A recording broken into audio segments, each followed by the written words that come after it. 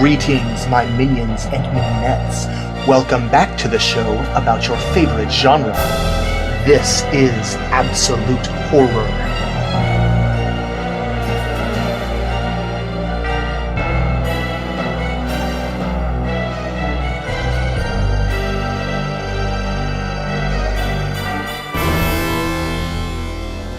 I'm a pretty girl.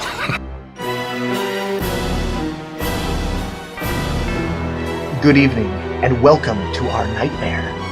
I'm Chris Dead, your host from the shadows. Tonight's show features Johnny Halo, Jamie Britt, and our director stars as well. But first, we say hello to Jesse Sweet with the dark side of television.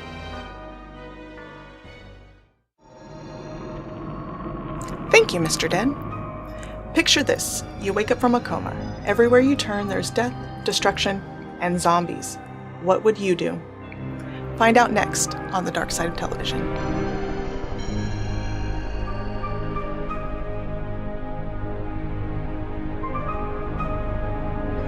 When I decided to watch The Walking Dead and review it, I had mixed feelings, mainly because of all the negative hype I've heard recently about Season 2. Well, I haven't watched Season 2, so let's set that aside and take a look at the first season of The Walking Dead. This show answers the question of, what would you do? For a group of survivors after the apocalypse and now face walkers wherever they go. The show holds true for our natural belief about zombies, and the special effects on them are amazing. I cringed numerous times. To really do this justice, here's a clip of a very iconic walker named Hannah.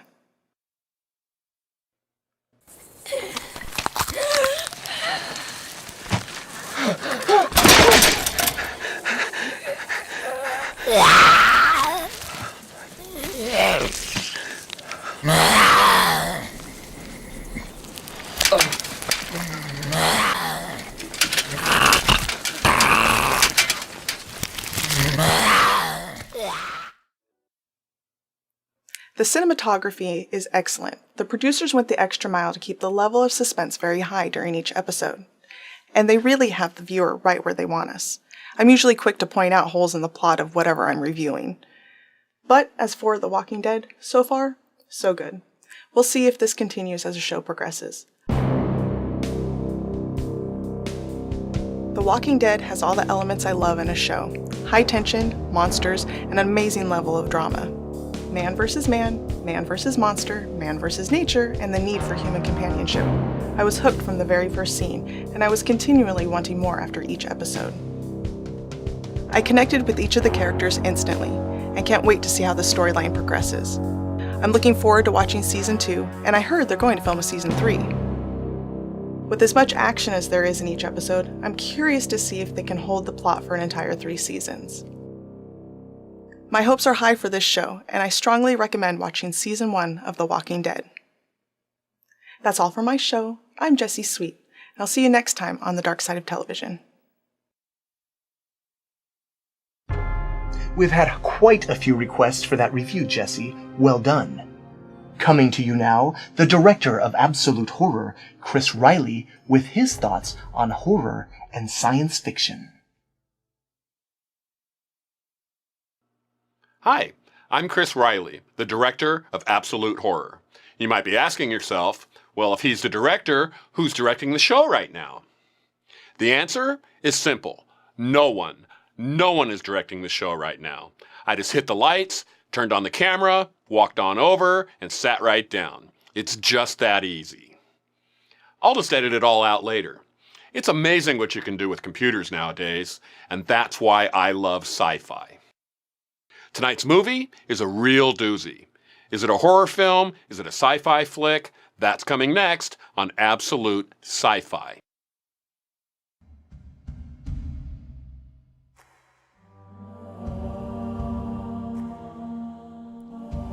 The 1997 film Event Horizon is considered a horror sci-fi. Science fiction, not only because it takes place in a futuristic setting, complete with a spaceship, but also because it deals with interdimensional travel, stasis, and several other elements commonplace in our favorite sci-fi features. Let's take a look at some of the stunning visuals from Event Horizon. Let me see if I can get some power up.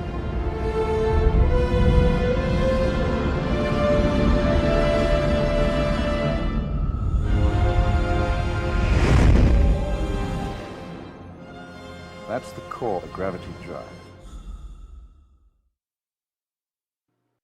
This movie came out in 1997, and you can tell they really pulled out all the stops to make an environment suitable for our film. But what about the other key ingredients to a successful sci-fi movie, or even a television show?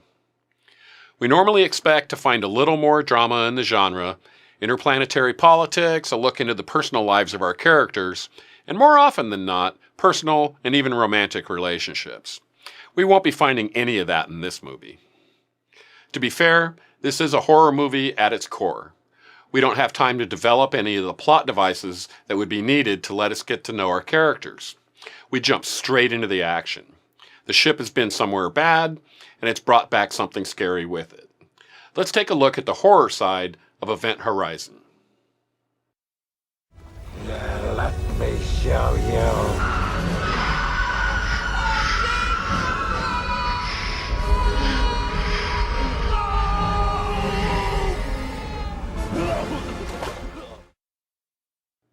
So, all in all, was this a horror sci-fi? Yes and no. I believe that horror fans will love this movie, but the sci-fi crowd will walk away feeling a little empty-handed. Overall, I enjoyed the movie and would recommend you watch it, as the acting and the cinematography are top-notch. And the horror aspect is definitely well done. But if you're looking for a little more sci-fi with some horror-themed storyline, you'll have to tune in next month when we have a look at a Lovecraftian-influenced sci-fi television show, and this is one you won't want to miss. We'll see you next time at Absolute Sci-Fi.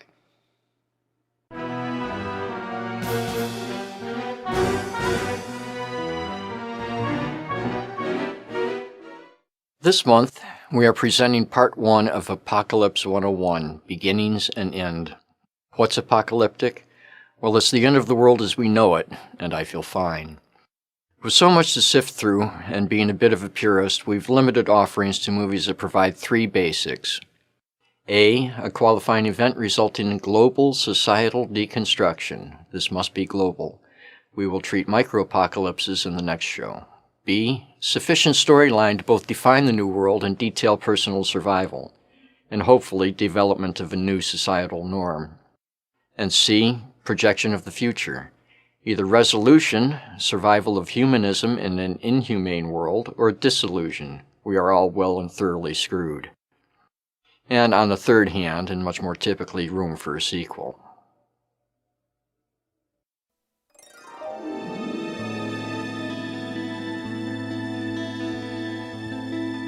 Trimming things down with a wide, sharp blade, greats we have discounted are literature, anime, and TV.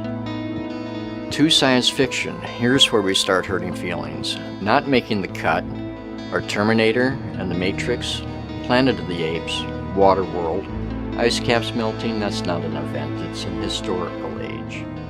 Now for your homework, the movies to see this month are Last Man on Earth, 1964 with Vincent Price. Global plague has left any survivors fighting night-walking, blood-sucking living dead. Next, The Postman, 1997. In 2013, a war has decimated the government and population of the United States. And now, number one, with lots of bullets, The Omega Man starring Charlton Heston.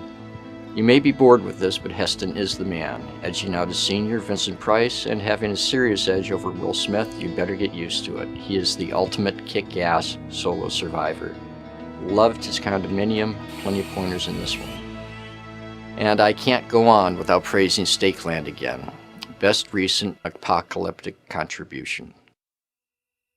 This month, I'm presenting 3 movies that are currently in theaters. Doors creak, birds shriek, and children are lured to terrible fates in The Woman in Black. A good old-fashioned ghost story of the Victorian Gothic persuasion. A handprint on a window and the rapid rocking of an unoccupied chair deliver true jolts and chills, visions of the in-between world that the story and its ghostly character occupy. Arthur Kipps, a lawyer, is recently widowed and grieving the loss of his wife when he is sent to a remote village to put a deceased woman's affairs in order. Soon after his arrival, it becomes clear that the villagers are hiding a terrible secret. Kipps discovers that his late client's house is haunted by a spirit of a woman who is trying to find someone and something that she has lost, and that no one, not even the children, are safe from her wrath. Also, Underworld Awakening. In the years since she and her husband Lycan lover Michael defeated Elder Marcus, vampire slayer Selene has been taken captive by humans while they wage an all-out war against both Lycans and vampires. Awakening after more than a decade, Selene discovers that Michael is dead, but that she has given birth to his daughter Eve. Shunned by nearly all surviving vampires, save one, even Selene seems powerless against her latest opponent, a genetically altered Lycan. And lastly, Silent House is a uniquely unsettling horror thriller starring Elizabeth Olsen as Sarah, a young woman who finds herself sealed into her family's secluded lake house while no contact to the outside world and no way out. Panic turns to terror as events become increasingly horrific in and around the house. One house you won't catch me in after dark, or even during the day. Consider catching these at your local theater. Now back to Absolute Horror. And that's our show. Thanks for watching. More horror to be revealed on our website, so stop on by. We will see you next time at Absolute Horror. Good night.